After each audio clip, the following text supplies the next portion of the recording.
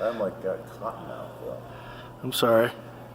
We're rolling now. I mean, we could swipe a bottle of water out of that fridge if you want. Oh, okay. Would you like to introduce yourself? Sure. Michael Fagans. And how do I know you? How do you know me? Either way. We met in the Phoenix airport. Yeah. But I honestly can't remember our origin story, whether you came up to me or I came up to you. Oh, that's a good question.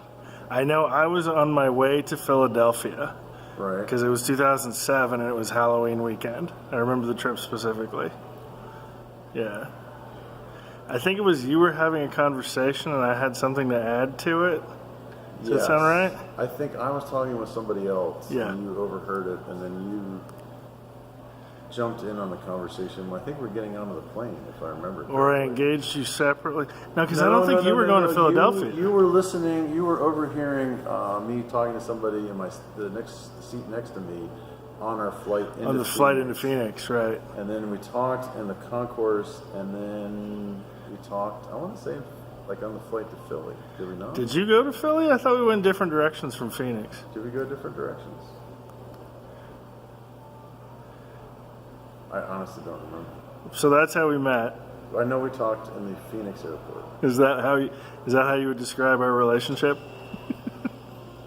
That we were concourse mates? Yeah, that's it. We met in an airport once in 2007. Yes. I will stick with that. Okay, cool. It's worth noting that you've been on your feet since, 4 something this morning? Officially 5:15 a.m. Central Time. Okay. So this is Mike Fagans, the Las Vegas edition. You live where? I currently am a resident of Oxford, Mississippi. And it's just a radical coincidence that you happen to be in Vegas at the same time I am. I flew in for the Broadcast Education Association conference, and unbeknownst to me, your tour intersected with my visit. So hopefully there will be another stop when I'm in Mississippi. We'll cut another video, and then to make the comedy perfection, we have to meet up further down the tour. I'm not get sure a third one. Perfection is doable. We'll attempt. If it's meant to be. Well, I mean, we ran into each other in the hallway here, so what are the chances? Well, chances were pretty good because I was coming here to meet you for dinner. Yeah, but there are 3 wings to the hotel. Who knows when I'm arriving? I guess you knew that I landed. Yeah. Although the president delayed my arrival. Yep, because he was at a golf course in California? No, he apparently had a parking space at the airport that stopped everyone else from using the airport. Really? No, I don't want to be that kind of person. But yeah, I guess when the president is doing something with his plane, other people are not a priority. Fair enough. So in the interest of your exhaustion level, I need to get to bed. I'll go ahead and move on to question 3, and you can go with us. Did I miss question 2? Question 2 is how do you know me? Oh. Question 1 was who are you? Okay. See, that's how tired you are. This is your piece, baby. Sure. And you're going to grade it later and give me feedback so I have to re-edit it? All right. So the third question is, or the third topic is the trip itself that you alluded to a little bit earlier. Thoughts, commentary, questions, warnings, advice, anything you want to say about it whatsoever. Have you officially come up with a title? We polled between Midlife Crisis Tour and Odyssey 19, because I came up with Odyssey 19 as being literary, and a friend of mine in DC came up with Midlife Crisis Tour, and Midlife Crisis Tour won 75% to 25%. Wow. So that's what we're officially going with, because it's funnier. It is. But, yeah. You don't seem desperate enough for it to be funny. What does that mean? I would expect more like hair set on fire episodes. We're still beginning. Oh, this is the beginning. I'm only 3 weeks into this thing. I mean, you're in the training wheel phase of the. See, I started purposely with a loop of Central to Southern California, right, then into Arizona, then into Las Vegas. Those are all areas I'm fairly familiar with. I got Then you. I'm going to go to Tucson, and I'm a little familiar with that. And then it's into places that I don't know at all. I got you. So you're still in the preamble where I'm kind of learning how the whole process works so I can have confidence in it when I move on. So are you learning how the process works, or are you actually trying to figure out what the process is? Yes. That's all the case. Like the very first night, I slept in Tulare and realized I had packed the car completely wrong. Okay. Because I had to bring everything into the house that night to have all the stuff that I needed. So I repacked the car the next morning into stuff that I needed and stuff I could leave in the car overnight. And it's kind of gone on from there. I slowly started losing stuff. Why did you visit Tulare? Because I was originally going to go straight to Paso, but Melissa in Paso turned up sick. And so I have a friend in Tulare who, Carmen, she lets me crash there. She's like, anytime you're in Tulare, you got a place to crash. So I went to Tulare. I mean, granted, we both lived in Bakersfield, Right, but it's like nobody says, yeah, I'm going to go visit Tulare. right. I'm sorry, Tulare. You are not the destination. That's usually me apologizing to other communities that get insulted during the course of a taping. It's nice to have somebody take that responsibility. Now that I no longer live in California, I think I can, yeah. Well, in the very beginning of it, I was trying to make sure I knew where I was going to sleep several days ahead of time. I was wondering about that. Yeah. And now? Now I've kind of realized and embraced that not only is that not necessary, it's often not the best route. And I would argue counterproductive.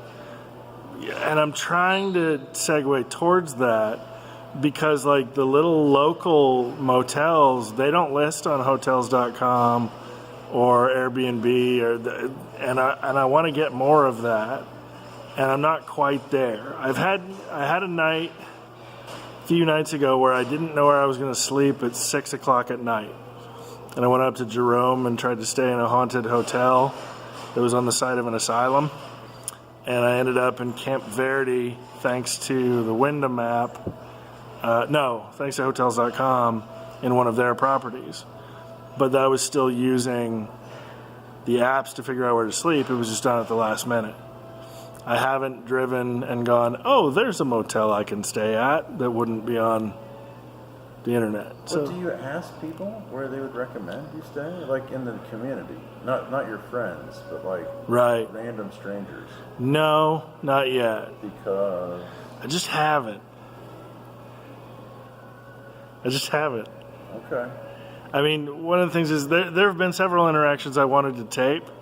Like I was at Nat 20 Games here in Vegas earlier in the week. Had a good conversation with a couple of guys about the MCU, but I didn't record it. And it feels very artificial to me to go up to people and go, hey, I'm going to have a conversation with you. May I record it? So I would highly recommend that you figure out how to make that part of the process. Because I think that the unexpected comic gold is going to be in those moments. You will lose opportunities. I will fully grant you that. But the folks who say yes, you will actually have the footage. I'm also concerned about being in the moment of the trip versus making sure to document it. Because there's something artificial about making sure I'm shooting versus being there and experiencing it. Welcome to journalism. Thanks. That's the quote that's going to go on, that's going to label this clip. Is welcome to journalism. Welcome to journalism. Well, it's always a balance, right? Because you're either reporting or you're being present and listening, or letting empathizing with whom you're talking. But if part of this is a record, a physical record or a video record, then you have to, by definition, record. It's whatever it turns out being. I mean, that's one of the reasons I want to get that GoPro set up, because then I can just strap it to me and be taping. Well, like the GoPro would have really helped you with river raft. Yeah, totally. I would highly recommend thinking through what you would GoPro and what you would not GoPro. So you would not GoPro my interaction with the hotel clerk? Unless you wanted them staring at your head or your chest, yes. With chest, I think. Yeah. I'm not going to wear a helmet. Oh, you should totally wear a helmet. No. See, you're missing the comedy gold right now. No, I mean, that's Al Franken and his like one-man satellite uplink. You need like an elbow cam and then like the knee cam. You're not. I don't think you're pushing the boundaries. See, now you're making me think I need a pair of spy cam glasses and a button cam. No. See that presupposes a number of things. I think if you're going to be fair about this, the people have to know. It has to be obvious that you're recording. It can't Okay. be. It can't be a sort of surreptitious taping. I think.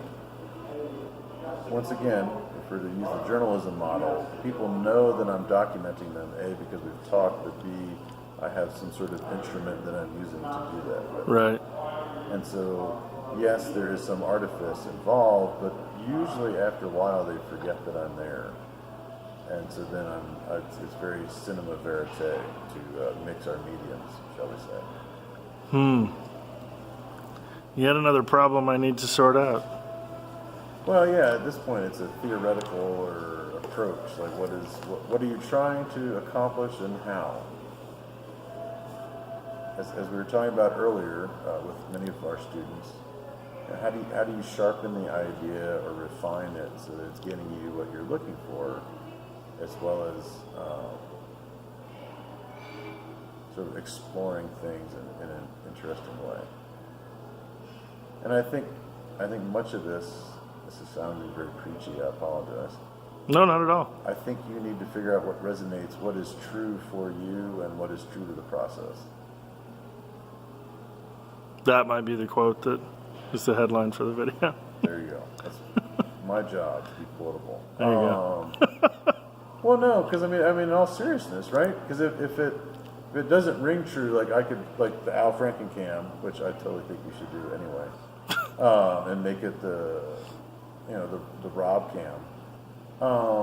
Yes, it's incredibly silly, but at your height, let me adjust this. You get the slapstick aspect of things, and then people staring at the top of your head. But I would almost bet you dollars to donuts, people would start forgetting it was there,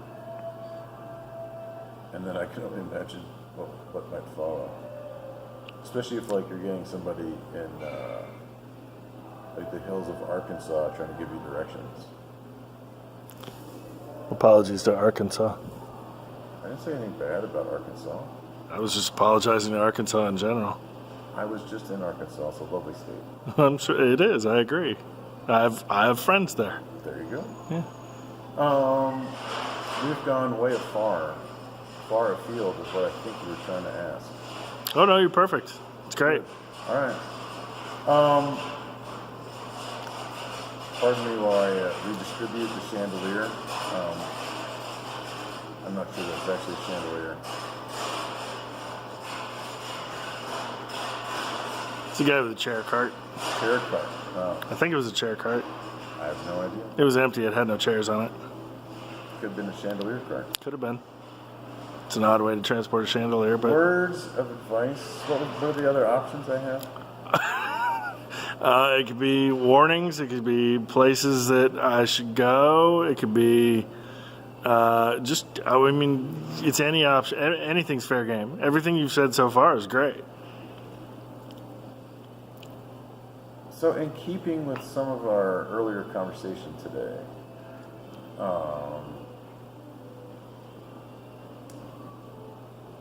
and I think you do a pretty good job of this anyway, but I would encourage you to make yourself vulnerable and to empathize with folks. We were talking tonight about creativity and your push for perfection and refining ideas, and that's good in some areas, but maybe not so good in others.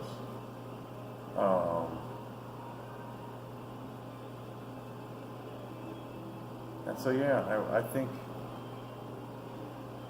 the old saw, right, is that we go on these trips to discover things about ourselves. Yeah. So,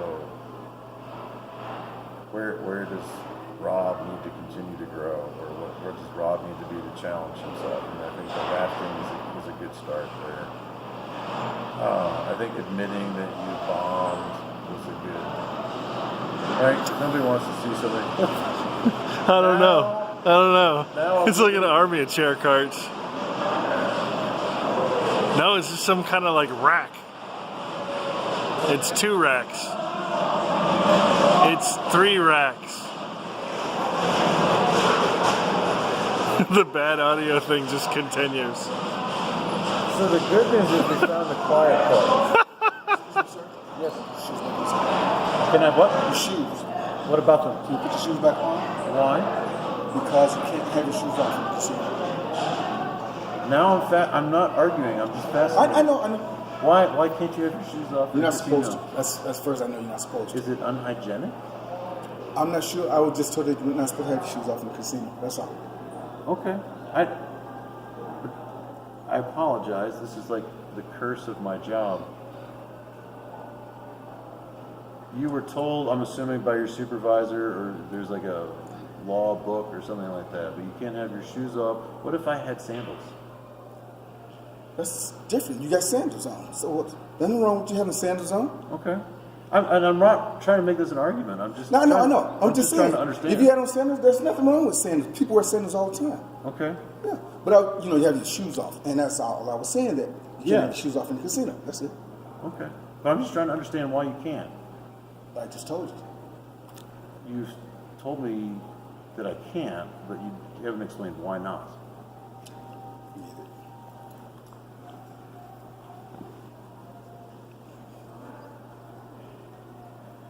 So do you know why you can't have your shoes on? No. Does he know? No. Was I being rude?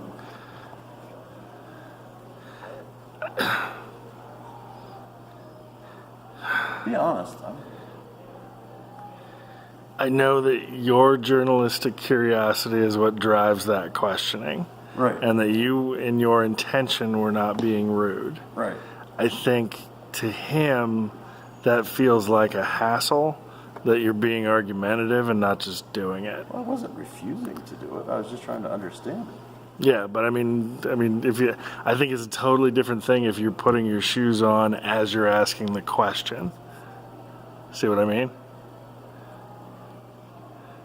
Yeah, but if you can't tell me why, He may not know why. I'm sure he doesn't know why. But wouldn't you want to know why? You should enforce certain rules. Isn't that true of all of America? Ooh, I was afraid we just made the video unusable, and now it's like going to a different level completely. I was going to get pictures of your stocking feet anyway. There you go. I mean, do we know why we enforce certain rules in America? Oh, well, that I would answer yes. We completely understand why we do. All of them? No, but that's where it gets interesting, right? So why is that a rule? I would argue sandals would be more unsanitary than me and my stocking feet. Yeah, I can see that.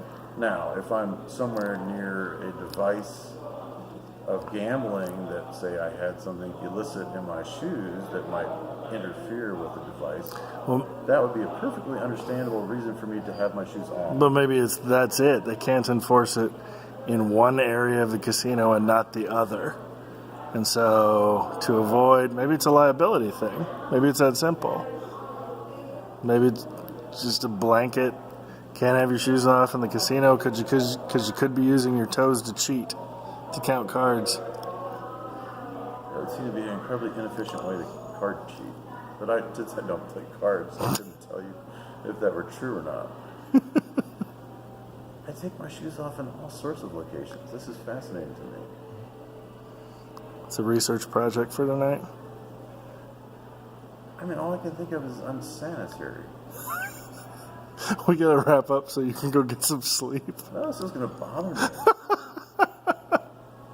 But to get back to your question, yes, I would argue that people inherently enforce rules that they do or do not understand. More often than not, enforce rules they do not understand. Okay.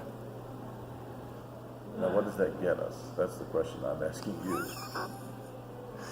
I think it damages our collective wisdom to follow rules without knowing why we're following rules or what those rules are in place for. Yeah, to me, that was a very American thing. Why should I have to put my shoes back on? I'm not bothering anyone. They're not on the floor. Right. You can't give me a good reason other than this is your policy.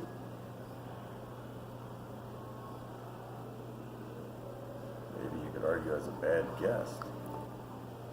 Can I steer the conversation back to the vulnerability in your advice about my trip? You may steer us wherever you would like. This is your video. Yes, what about that? Where were we before we were interrupted with the several racks and the shoe inning? Do you remember? I know you were advising me to be vulnerable. I think you were talking about the river rafting when the noise came up. Yes. I mean, I know I'm going to bungee jump off of a bridge in West Virginia, if I can find it. And then I read that there's a zip line in Missouri that's really good. Yeah, see, that's not really what I'm talking about.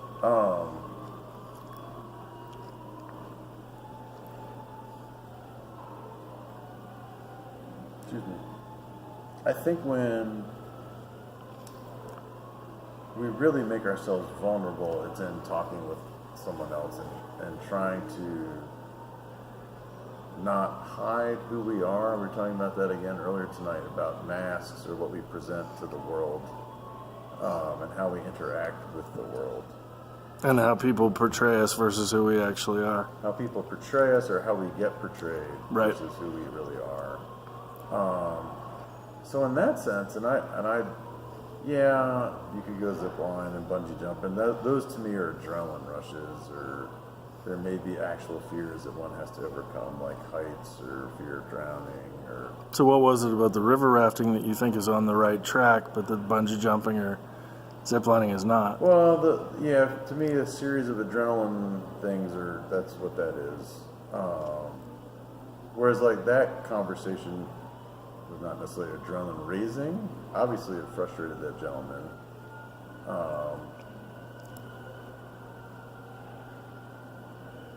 But that had the opportunity to be a very interesting conversation. Unfortunately, my partner in that was unable to provide any real impetus or understanding, enlightenment. Yeah, to me, it's more of, what would it take for you to get invited to somebody's house for dinner on this trip that you've never met?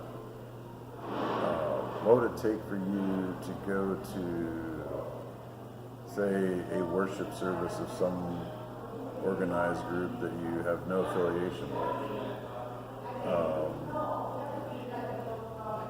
Like today, for example, in the airport, there was a couple in front of us.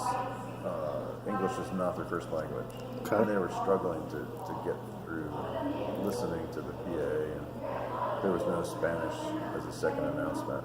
But I was able to get my students, who were coincidentally studying for their Spanish test, to communicate with them so they could better understand. And maybe that's not like a super vulnerability, but that's reaching out and recognizing somebody else's humanity. And please don't hear this as patting myself on the back. That's just being a good human being in my book. But being open to their discomfort and reading that and then trying to help them. I guess that's what I'm talking about. Like areas where I think you could find a lot of fruitful adventure. Like part of this to me is it's like a drunk walk without the drunk. In Scotland, we go on a pub crawl, and you go from pub to pub. And so, in one sense, you're sort of staggering across the country without perhaps the drunk.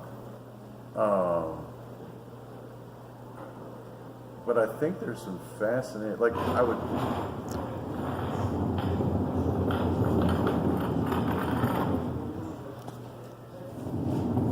Evening, how's it going? All right, everything okay? Yes, thank you.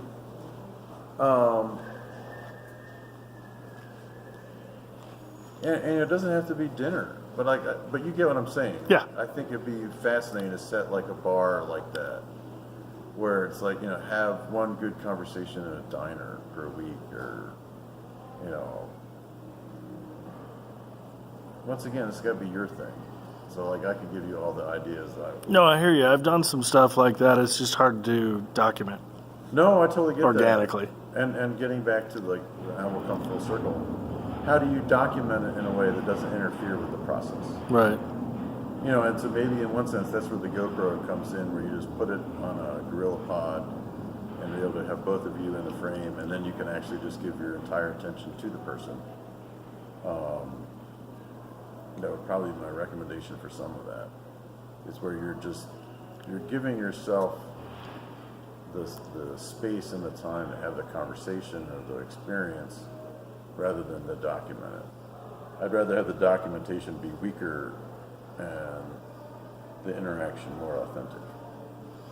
Alrighty. That would be my wish for you. That seems like a good place to wrap up. Anything you want to add in closing? No, it's good to see you. Good to see you too. I wish you luck on this. And I'm fascinated to see what it looks like when you get to Mississippi. Yeah. Because I suspect it will not look half like this. I think it will be, the idea will be refined, and I'm curious to see what it becomes. Yeah. I'm kind of scared now. Well, you should be scared, right?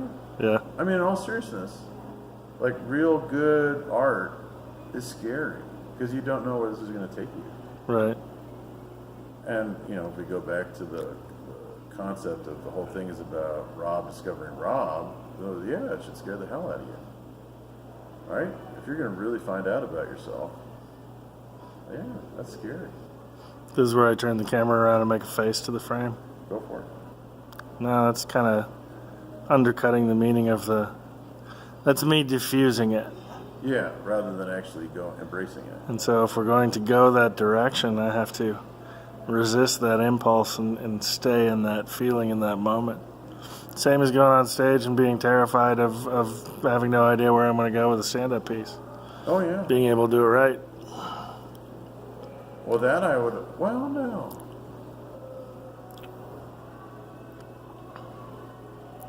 Because you can't script those interactions. You can't fake them. I mean, if you're going to be really, really get something out of them. Yeah. I'm curious to see what this becomes. Cool. Say goodnight, Mike. All right. Good night, Mike. Yes.